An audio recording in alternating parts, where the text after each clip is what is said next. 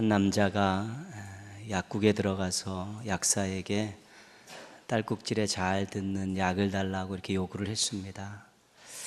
그랬더니 약사가 이렇게 약을 찾는 척 하다가 갑자기 그 남자의 뺨따구를 한 대 후려갈겼습니다. 깜짝 놀래가지고 왜 그러시냐고, 뭐 하는 거냐고 따져 물었습니다. 그랬더니 약사가 웃으면서 딸꾹질하는 정도의 약을 먹으면 몸에 좋지 않습니다. 제가 따귀를 때렸더니 딸꾹질 멈췄죠? 효과 있죠? 이렇게 대답하죠. 남자가 좀 황당해하면서 딸꾹질은 제가 하는 것이 아니라 차 안에 있는 제 마누라가 하고 있습니다.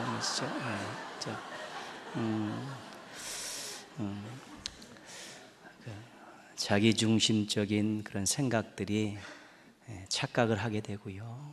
이 착각이 또 오해를 불러일으키게 됩니다. 그러면 관계에 이상이 생기고 또 낭패를 보는 일들이 굉장히 많습니다. 그래서 자기 생각이 옳다는 것, 자기 생각이 우선시 돼야 된다는 것, 이것이 잘못된 이해와 오해를 불러일으키는 아주 중요한 원인이 됩니다. 가정에서도 마찬가지입니다. 나는 잘하고 있다. 부모는 한없이 희생해야 한다. 자녀는 부모 뜻대로 키워야 된다. 배우자는 끝없이 너그러워야 된다. 이런 자기중심적인 생각을 가지면 그 가정이 믿음 생활을 하고 있어도 불편한 일들이 많이 생기고요. 어수선한 일들 많이 생길 수밖에 없습니다.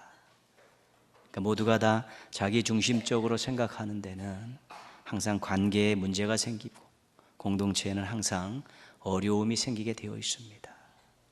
그래서 우리가 가정 안에서도 또한 우리가 사회생활 하는 데서도 교회에서도 이 배려하고 섬기는 상대방 중심의 이런 생각들, 행동들이 굉장히 중요합니다. 그래서 신앙인들이 가는 곳에 좋은 관계가 형성되고 신앙인이 몸담고 있는 공동체가 아주 아름다운 공동체가 되어야 되는 것입니다. 특별히 가정에서 더 그렇습니다. 가정에서 오랜 세월 함께 하다 보면 쉽게 예의에 벗어나는 행동 많고요. 자기중심적으로 가정의 모든 것들을 끌어가려고 하다 보면 항상 가정에 신앙생활을 하는 가정임에도 불구하고 삐그덕거리는 소리가 늘 날 수밖에 없는 것입니다. 올 가정의 달을 맞이해서 내가 가정의 한 일원으로서 배려와 섬김의 그런 마음과 태도를 가지고 있는가를 한번 돌아보십시오. 그것이 신앙인에게 있어서 아주 중요한 것입니다. 그리고 가족들과 함께 이런 기도를 많이 하십시오. 하나님, 우리 가족들이 부족하지만 서로 사랑하며 살게 해주십시오. 자기는 배려하고 섬기려는 노력하고 우리 가족들이 부족하지만 서로 사랑하며 살게 해달라고 기도한다면 하나님께서 기뻐하시는 또 행복을 맛볼 수 있는 그런 가정들을 이룰 수 있게 되는 것입니다. 여러분, 가정에서 가족들끼리 생각만 해도 얼굴만 봐도 행복한 사랑이 넘치는 가정 되시기를 주님의 이름으로 축복합니다. 어렸을 때 기억에 손님이 오면 기분이 참 좋았습니다. 왜냐하면 그분이 무엇인가 먹을 것을 사오기 때문입니다. 가끔 오시는 손님이지만, 그리고 엄마가 차리는 밥상의 반찬이 좋아지기 때문에 그렇습니다. 손님이 오면 늘 반갑고 즐겁습니다. 어린이의 마음속에 무언가 자기에게 유익되는 일들이 많이 있기 때문에 그렇습니다. 손님이 오는 것이 즐겁고 반갑다. 근데 예수님께서 이 땅에 오셨는데 예수님의 오심이 우리 신앙인들에게 정말 반갑고 즐거운 일인가? 정말 그렇게 받아들이고 그렇게 믿고 있고 그렇게 반응하고 있는가? 이런 부분들을 오늘 한번 살펴보려고 합니다. 예수님의 오심을 나심, 태어나심 이렇게 소개합니다. 마태복음과 누가복음에서 예수님의 출생을 이야기하면서 예수님이 나셨다, 예수님이 태어나셨다 그렇게 소개를 하죠. 왜냐하면 육신의 몸을 입고 아기로 태어나기 때문에 그렇게 설명할 수밖에 없습니다. 근데 예수님의 오심을 보내심으로 그렇게 표현하기도 합니다. 요한복음이나 로마서 같은 이 복음의 핵심이 담겨 있는 성경에서는 하나님께서 예수님을 보내셨다, 그렇게 설명하죠. 예수님이 하나님께서 보내셨기 때문에 예수님이 이 땅에 오신 것입니다. 태어나셨다, 보내셨다, 예수님이 이 땅에 오셨다, 이것이 성경에서 사용하고 있는 동사들입니다. 그러면 예수님의 오심이 우리들에게 어떤 유익이 있습니까? 우리들에게 어떤 유익이 있습니까? 이미 우리가 다 알고 경험하고 고백하는 것들인데요, 요한복음 3장 17절로 정리하겠습니다. 하나님이 그 아들을 세상에 보내신 것은 세상을 심판하려 하심이 아니요 그로 말미암아 세상이 구원을 얻게 하려 하심이라. 그죠? 하나님께서 예수님을 보내셔서 예수님이 이 땅에 오심을 통해서 우리들이 구원을 받게 되었다는 것입니다. 그래서 예수님께서 이 땅에 오신 것, 이것이 우리들에게 얼마나 큰 유익인가 하면 죄에서 죽을 수밖에 없는 인생들이 구원을 받게 되었다는 것입니다. 예수님의 오심을 축하하면서 성탄절을 보내는 이유가 거기에 있습니다. 예수님이 이 땅에 아기 예수로 오신 것이 우리들의 구원과 관련이 있기 때문에 성탄절에 우리가 기쁘다 구주 오셨네 찬양을 부르는 것이죠. 근데 이 찬양은 예수님이 이 땅에 오심의 의미와 예수님이 이 땅에 오심으로 나에게 어떠한 유익이 있었는가에 대한 분명한 고백과 확신이 없는 사람은 기쁘게 부를 수 없는 찬송입니다. 짧게 기쁘다 구주 오셨네라는 그 속에 예수님의 오심이 내 인생에 큰 유익을 안겨다 주었습니다. 내 인생 최고의 선물을 안겨다 주었습니다라는 고백이 있을 때만이 이 찬송을 정말 감격적으로 부를 수 있는 것입니다. 예수님이 이 땅에 오셔서 하나님의 사랑을 더 깊게 깨닫게 해주었다는 사실도 잊지 말아야 합니다. 하나님이 세상을 이처럼 사랑하사 독생자를 주셨으니 예수님이 이 땅에 오심을 통해서 우리가 예수님을 통해서 하나님이 우리를 얼마나 사랑하고 계시다는 사실을 다시 한번 깨닫게 되었다는 것입니다. 하나님을 사랑합니다. 하나님을 사랑합니다. 우리가 늘 고백하죠. 고백하고 찬송하고 또 간증하고 그렇습니다. 근데 정말로 하나님을 왜 사랑하느냐? 하나님을 왜 사랑하느냐 물었을 때 여러 가지 대답들이 있습니다. 하나님 저를 병에서 고쳐주셨습니다. 어려운 살림을 피게 해주셨습니다. 또 고난 가운데 있었는데 하나님 나를 일으켜 주셨습니다. 그러한 하나님 베푸신 은혜들, 하나님을 사랑하는 조건들이고 원인인데 요만한 것입니다. 요만한 것이죠. 진짜 하나님이 나를 사랑하신다는 것은 어디서 알 수 있냐면 예수님이 이 땅에 오신 것을 통해서 알 수 있는 것입니다. 그 사랑, 그 마음, 하나님의 사랑, 하나님의 마음이 도대체 어떤 것입니까? 하나님의 그 사랑은 가장 귀한 것을 희생하시는 사랑입니다. 하나님의 그 마음은 어떤 마음입니까? 가장 좋은 것을 주시려는 마음, 더 주지 못해서 안달난 마음이 바로 하나님의 마음입니다. 그 사랑, 그 마음을 우리가 어디서 알 수 있냐면 예수님께서 이 땅에 오신 것을 통해 알 수 있는 것입니다. 그 가장 귀한 독생자를 우리를 위해서 보내셨고요, 그 가장 귀한 것을 아낌없이 보내시면서 더 주지 못해서 안달단 그런 마음들을 우리가 알 수 있게 되는 것입니다. 예수님의 오심을 통해 하나님의 사랑과 그 마음을 알 때 정말로 행복하다고 고백할 수 있고요, 헌신을 결단할 수 있게 되는 것입니다. 봉사, 충성, 헌신, 이 모든 것들의 동기는 하나님의 사랑입니다. 특별히 예수 그리스도를 이 땅에 보내심을 통해 예수 그리스도가 이 땅에 오심을 통해서 우리가 깨달은 그 하나님의 사랑이 가슴 절절해질 때만이 정말 주님을 위해서 팔을 걷어붙이고 제가 봉사하겠습니다, 충성하겠습니다, 헌신하겠습니다라는 결단을 실천할 수 있는 것입니다. 그 사랑이 가슴에 절절하지 않으면 잠시 일할 수는 있습니다. 남 보는데 불편함을 수 있을 정도로 일할 수는 있습니다. 그러나 진심으로 하나님을 위해 하나님 나라를 위해서는 일하지는 못하는 것입니다. 예수님의 오심이 우리에게 구원을 안겨다 주었고요. 예수님의 오심이 우리에게 하나님의 그 큰 사랑을 깨달을 수 있게 해주셨다는 것입니다. 그 예수님의 오심이 우리에게 얼마나 큰 유익이 되는지 모릅니다. 그 유익을 받은 사람만이 하나님을 사랑하며 살 수 있는 것입니다. 예수님에게는 또 하나의 오심이 있습니다.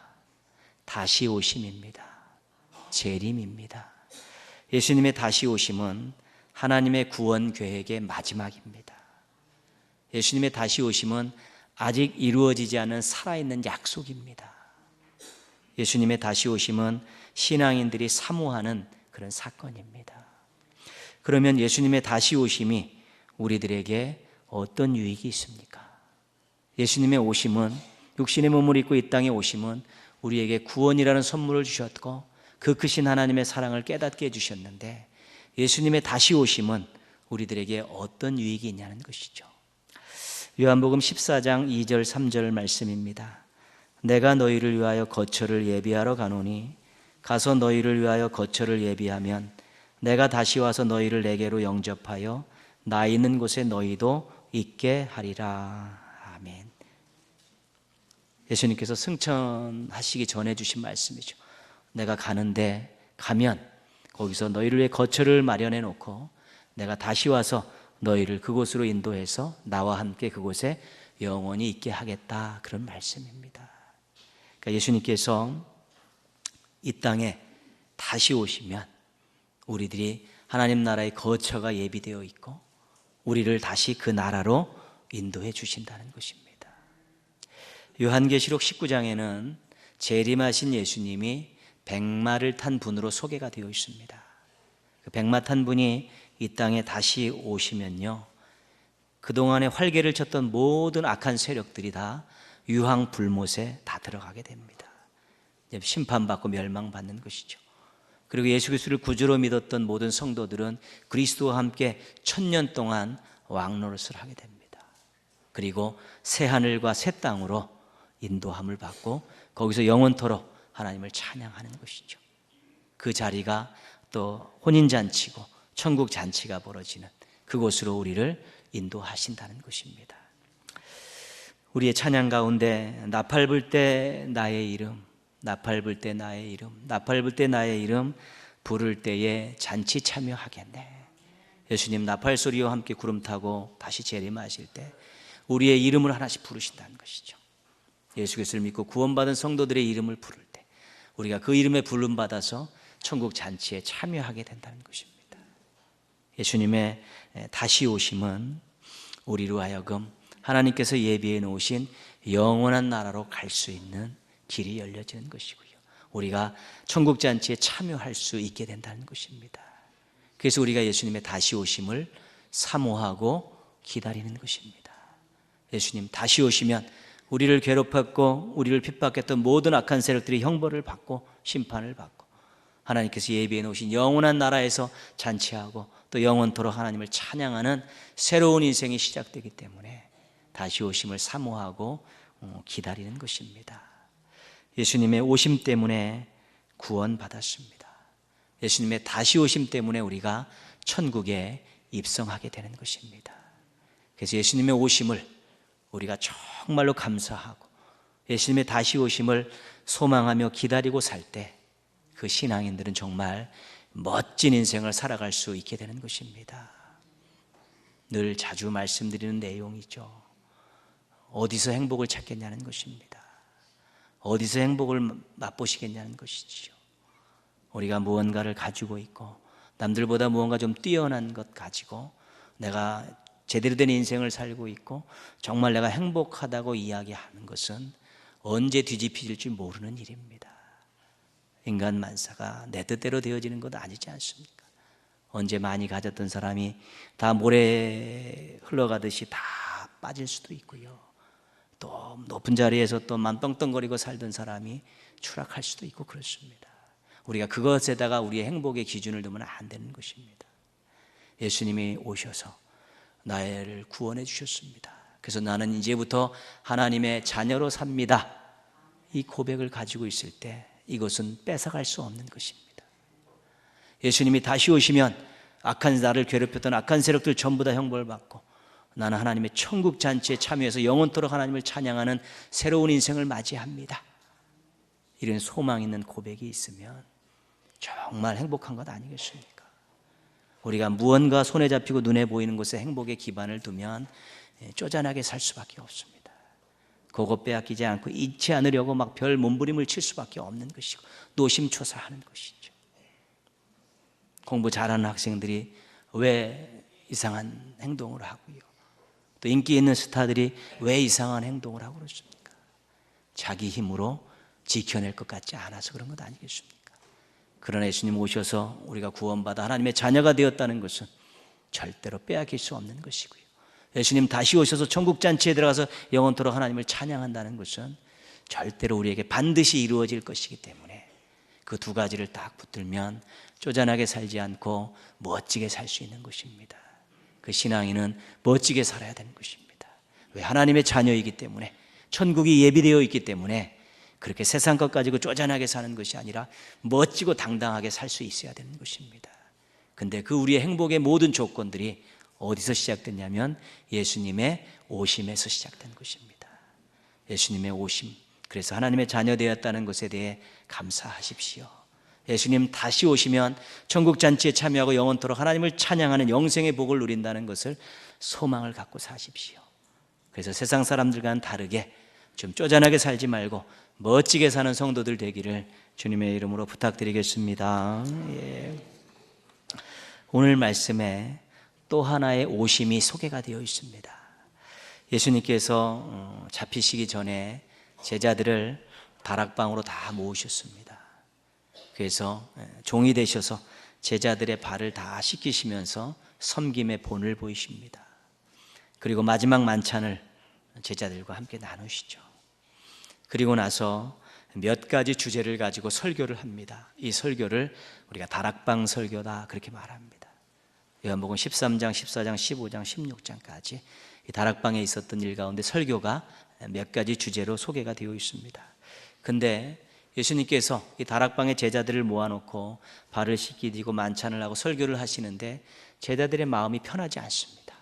얼굴에 근심이 있습니다. 기쁘고 즐거워해야 될 그런 식탁이 아니라 제자들의 마음이 천근만근 무거운 그런 근심 어린 그런 잔치가 됐습니다. 그 이유가 오늘 말씀 속에 나와 있죠. 5절 말씀 보시면요, 지금 내가 나를 보내신 이에게로 가는데, 예수님께서 뭐라고 말씀하셨냐면 내가 이제 너희를 떠나 아버지께로 갈 때가 됐다 그렇게 말씀을 하시는 것입니다. 6절 말씀 보시면요, 도리어 내가 이 말을 함으로 너희 마음에 근심이 가득하였도다. 그러니까 제자들이 예수님이 자기들을 떠나 하나님께로 간다는 그런 말을 듣고 근심에 쌓여 있다는 것입니다. 왜 근심에 쌓여 있습니까? 예수님께서 떠나면 자기들은 아무것도 할 수 없을 것 같다라는 생각이 찾아왔기 때문입니다. 핍박도 어떻게 이겨낼 줄 잘 모르겠고, 또 주님께서 주신 이 사역도 정말 잘 감당할지 모르겠다, 그런 마음들이 들어서 그들이 근심 띤 얼굴을 하고 앉아 있는 것입니다. 예수님께서 그들을 위로하고 격려하기 위해서 오심과 가심이라는 주제를 가지고 그들을 설득하며 말씀을 하시죠. 그 말씀의 내용이 7절 한 절로 요약이 되어 있습니다. 같이 한번 읽겠습니다. 그러나 내가 너희에게 실상을 말하노니 내가 떠나가는 것이 너희에게 유익이라. 내가 떠나가지 아니하면 보혜사가 너희에게로 오시지 아니할 것이요 가면 내가 그를 너희에게로 보내리니. 아멘. 예수님의 가심이 유익이 될 거라고 말씀합니다. 제자들은 예수님의 가심을 근심으로 받아들였는데 예수님은 예수님의 가심이 너희에게 유익이 될 것이라고 이렇게 말씀합니다. 근데 왜 유익입니까? 예수님께서 가시면 보혜사 성령님을 보내주시기 때문입니다. 보혜사 성령님이 제자들에게 오시면 유익된 일들이 많이 있다는 것입니다. 그러면서 예수님께서 내가 가는 것이 근심할 일이 아니라 내가 가는 것이 너희에게 유익된 일이다, 그들을 그렇게 설득하는 것입니다. 예수님이 가셔서 보내주시는 성령님이 오시면 어떤 유익이 있습니까? 오늘 성령 강림절을 맞이했는데요, 성령님이 하시는 사역 몇 가지를 한번 살펴보려고 합니다. 고린도전서 12장 3절입니다. 또 성령으로 아니하고는 누구든지 예수를 주시라 할 수 없느니라. 성령님께서요, 우리 마음속에 오셔서 예수님을 구주로 믿고 고백하게 하시는 것입니다. 이것이 성령님의 믿음 사역입니다. 여러분, 믿음에 대해서요, 내가 믿었다, 그건 우리들의 표현이죠. 원래 표현은 뭡니까? 믿어졌다는 것입니다. 성령님께서 우리 속에서 예수님을 구주로 믿게 하셨다는 것입니다. 성경은 아주 강력하게 이야기합니다. 믿음은 모든 사람의 것이 아니니라. 그렇게 섬기며 사랑을 가지고 찾아가서 복음을 전하는데도 철저하게 거절하는 사람이 있고요, 그냥 일면식도 없는데 어느 날 갑자기 교회로 가방 안에 메고 뚜벅뚜벅 찾아오시는 분들도 있고 그렇습니다. 참 그 믿음의 사건이라는 것이 오묘한 것인데요, 성령님께서 정말로 이 속에 오셔서 예수님을 구주로 믿고 고백하게 하시는 그 사역이 있죠. 우리 모두도 다 성령님께서 우리 속에 오셔서 예수님을 구주로 믿고 고백하게 하셨기 때문에 구원받은 사람이라고, 하나님의 자녀라고 지금 그렇게 자부심을 가지고 살고 있는 것입니다. 로마서 8장 16절입니다. 성령이 친히 우리의 영과 더불어 우리가 하나님의 자녀인 것을 증언하시나니. 성령님께서 우리가 하나님의 자녀라는 것을 증언하시는데요, 하나님께 증언합니다. 이 사람 예수 그리스도를 믿고 고백한 사람입니다. 하나님께 증언하고요, 세상을 향해서도 증언하고요, 특별히 그 구원받은 사람의 자신을 위해서도 증언하십니다. 너는 하나님의 자녀다, 너는 하나님의 백성이다라는 것들을 이 속에서 증언하셔서 막 감격이 솟아나게 하고 막 위로와 용기가 생겨나게 하시는 사역이죠. 여러분, 우리가 순교하신 분들을 그냥 순교했다 생각하시지만 그 현장의 분위기는 어떤 것입니까? 목에 칼이 돼 있습니다. 머리에 총이 들어가 있습니다. 예수님 믿느냐, 부인할 수 있느냐 묻고 있는 것 아니겠습니까? 살기 위해서는 형식적이라도 부인할 수 있습니다. 그러나 이 속에서 성령님께서 너는 예수 그리스도를 믿고 하나님의 자녀가 된 사람이다, 너는 하나님의 천국 백성이다라는 그런 감격적인 감동들을 막 주시는 것이죠. 그러니까 죽을 줄 알면서도 예수 그리스도를 부인할 수 없는 것입니다.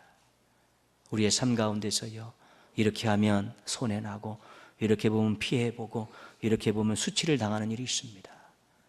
그래도 피해를 보고 손해가 나고 수치를 당해도 이 속에서 성령님께서 너 하나님의 자녀고 예수 그리스도 믿는 사람이다라고 역사하고 시작하고 증언을 하시기 시작하면요, 그래도 예수님 믿겠습니다, 하나님 편입니다라고 그 손해와 피해와 수치를 각오하고라도 나설 수 있는 것은 성령님께서 이것을 우리에게 증언하시기 때문에, 거부할 수 없는 것이기 때문에 그렇게 수치와 손해를 또 피해를 감수하는 것입니다. 이것이 성령님의 증인 사역입니다. 성령님께서 우리 마음속에서 예수님을 구주로 고백하고 하나님을 아버지라 부르게 하셨고요, 또 예수님을 구주로 모시고 하나님을 아버지로 모시었다는 것은 그 마음이 천국이라는 것입니다. 예수님이 나의 구주이십니다, 하나님이 나의 아버지이십니다. 이것이 바로 심령 천국입니다. 욕심이 들어가고 미움이 들어가면 흐트러지지 않습니까? 그러나 예수님의 구주 되심과 하나님의 아버지 되심에 대한 고백이 살아있는 마음이 천국입니다. 이것을 우리가 심령 천국이라고 부르는 것입니다. 성령님께서 오셔서 우리에게 인생 최고의 유익을 주신 것입니다. 성령님의 사역 가운데 말씀 사역이 있습니다. 말씀을 잘 깨닫게 하시고 순종하게 하시고, 또 기도 사역이 있습니다. 기도가 생각나게 하셔서 뜨겁게 기도하게 하시고요, 그 다음에 봉사 사역이 있습니다. 은사를 주셔서 봉사를 잘하게 하시는 것이죠. 그러니까 성령님께서 우리의 신앙을 막 북돋우시고 성장시켜주는 그런 사역을 감당하고 계신 것입니다. 인생 최고의 유익도 주시지만 신앙의 유익도 주십니다. 우리가 잘 알고 있는 요절이 로마서 8장 26절입니다. 이와 같이 성령도 우리의 연약함을 도우시나니 우리는 마땅히 기도할 바를 알지 못하나 오직 성령이 말할 수 없는 탄식으로 우리를 위하여 친히 간구하시느니라. 이 사역이 도움 사역입니다. 우리가 인생을 살아가는데요, 솔직히 고백하면 우리의 노력으로 인해서 얻은 것들이 얼마나 되고요, 우리의 능력으로 풀어간 일들이 얼마나 됩니까? 가정, 교회, 사업장, 직장, 이 삶의 테두리 안에서 우리가 막 잘 사는 것 같이 막 하지만 실질적으로 우리가 할 수 있고 했던 일들이, 우리의 노력으로 얻고 노력으로 해결되었던 일들이 얼마나 되냐는 것입니다. 하루 세 끼 밥 먹는다고, 하루 잠자고 일어나는 것부터 시작해서요, 내가 가정에서 일원으로서 또 직장에서 그 일하고 교회에서 일하는 그 모든 일들이 정말 내가 잘나서 내가 능력이 있어서 잘했는가 돌아보시자는 것이죠. 실은 하나님이 기본적으로 일반 은총으로 우리에게 깔아주신 것들이 있어서 대부분 그것 가지고 사는 것입니다.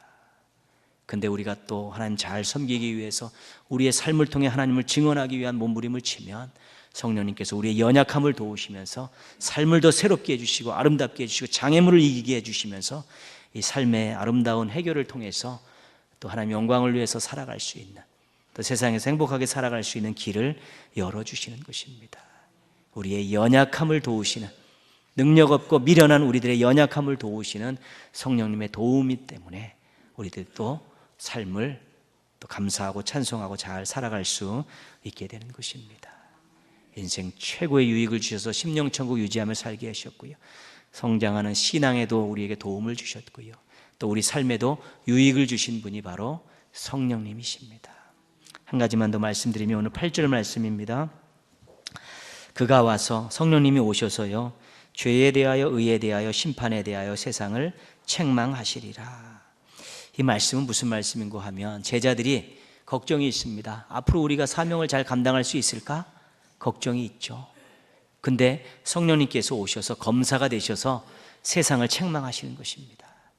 너희들 예수님 믿지 않고 거절했지? 의로우신 예수님을, 죄 없으신 예수님을 너희가 죽였지? 너희들은 심판받아 마땅하다. 성령님께서 검사가 돼서 세상을 향해서 심판을 선언하시는 것이죠. 그러니까 제자들이 찾아 나가는 그 세상은 두려움의 대상이 아니라 구원의 대상이라는 것입니다. 제자들이 세상을 향해 복음 들고 나갈 때 두려운 마음을 가지고 나가는 것이 아니라 불쌍히 여기는 마음을 가지고 나가라는 것입니다. 세상은 이미 정죄받았다는 것입니다. 예수님을 거절했고 믿지 않았고 죄 없으신 의로우신 예수님을 십자가에 못 박아 죽였고, 그렇기 때문에 세상은 이미 정죄받았기 때문에 그들은 절대 두려움의 대상이 아니고 구원받고 불쌍히 여겨야 될 대상이니까 너희들 마음 놓고 성령님이 오시면 가서 사랑의 마음을 가지고 복음을 전해라. 그렇게 지금 말씀해 주고 있는 것이죠. 이것이 예수님의 복음 사역입니다. 사도행전 1장 8절을 언급하지 않더라도 이미 성령님께서 오셔서 세상을 정죄하셨기 때문에 그들은 구원받을 수 없는 불쌍한 존재라고 이미 선언하셨기 때문에 사랑하는 마음을 가지고 구원하고자 하는 의지를 가지고 복음을 전하면 되지, 그것에 짓눌려가지고 그것에 두려움 가져가지고 쭈삣쭈삣하고 세상에 대해서 참으로 초라한 모습으로 그렇게 나가지 말라고 그렇게 위로하고 격려하시는 것입니다. 예수님의 오심이 우리에게 얼마나 큰 유익이 됐습니까? 근데 예수님이 가셔서 성령님이 오시면 우리의 마음에 심령천국 주시고요, 신앙을 성장시킬 수 있게 도와주시고요, 연약함을 도우셔서 삶에 더 도움을 주시고요, 또 우리의 사역, 복음 사역에도 큰 힘을 실어주신다는 것이지요. 그러니까 성령님의 오심이 얼마나 큰 유익이, 우리의 인생과 신앙과 삶 모든 것에 다 두루두루 유익이 있다는 것이 성령님의 오심의 증거가 되는 것입니다. 그런데요, 우리는 무언가 유익하다면 거기에 관심과 투자를 아끼지 않습니다. 그렇지 않습니까? 건강을 위해서 시간과 물질 투자하지 않습니까? 자녀들을 위해서 투자하는 물질과 시간은 상상을 초월합니다. 그리고 어떤 자기가 사업을 하게 될 때 유익이 있다고 생각하면 빚을 내서라도 투자를 하는 것입니다. 유익이 분명하면 아낌없이 투자하는 것이죠. 근데 성령님께서 역사하시면 마음과 신앙과 삶과 사역에 엄청난 유익이 있다고 말씀을 통해서 분명하게 말씀하고 계시는데 거기에는 관심과 투자가 별로 없다는 것입니다. 건강에도 자녀에게도 사업에도 열심히 투자하십시오.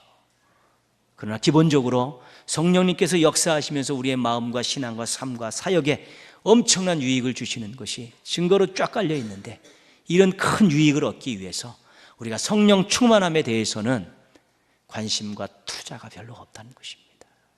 관심이 없습니다. 투자하지 않습니다. 그것이 안타까운 일입니다. 성령 충만하면 우리 신앙과 삶 모든 것에 두루두루 유익합니다. 그럼 성령 충만을 위해서 투자해야 될 것이 무엇인가요? 사모함, 간절함, 정결함, 세 가지입니다. 성령님 충만케 하옵소서. 성령님 충만하시면 제가 두루두루 유익할 수 있습니다. 성령님 역사하여 주시옵소서. 간절하게 부르짖어 기도해야 되는 것이고요. 거룩한 영이 임재하실 수 있도록 자신의 마음과 삶에 정결함을 유지할 수 있어야 되는 것입니다. 그럼 성령님께서 우리 속에서 이미 예수 그리스도를 구주로 고백하신 성령님께서 역사하기 시작하면 마음의 심령천국 누릴 수 있고요, 신앙의 성장을 맛볼 수 있고요, 삶에 도와주시는 은혜들이 널려 있고요, 정말 주님 영광을 위해서 일하는 사역에 더욱더 힘을 얻을 수 있게 되는 것입니다. 사모함을 가지십시오. 성령님이 역사하시면 충만하기만 하면, 그리고 간절한 마음으로 부르짖어 기도하십시오. 제 인생에 관여해 주십시오. 제 신앙에 관여해 주시고 우리 가정에 관여해 달라고 간절히 부르짖음이 있어야 되는 것입니다. 그러면서 정결한 몸과 마음을 준비하면 성령님께서, 오신 성령님께서 우리가 역사하기 시작하면 우리가 정말 마음과 신앙과 삶과 사역에 있어서 새로운 유익들을 많이 얻으면서 행복한 모습으로 살아갈 수 있게 될 것입니다. 예수님의 오심, 우리에게 구원과 하나님의 사랑을 깨닫게 해주셨습니다. 예수님의 다시 오심, 우리들로 하여금 하나님 나라에 입성하게 해주셨습니다. 근데 예수님이 가셔서 보내신 이 성령님의 오심이 우리의 마음과 신앙과 삶과 사역에 엄청난 유익을 주신다고 하셨습니다. 이 오신 성령님 정말 잘 모실 수 있도록 정결함 유지하시고 사모함과 간절함으로 간절히 부르짖고 매달리셔서 성령 충만한 가운데 여러분의 인생과 신앙과 삶의 모든 면에 있어서 큰 유익을 얻으시기를 주님의 이름으로 축원합니다. 많은 간증거리 가지고 사는 행복한 성도들 되기를 주님의 이름으로 축원합니다. 아멘. 기도하겠습니다.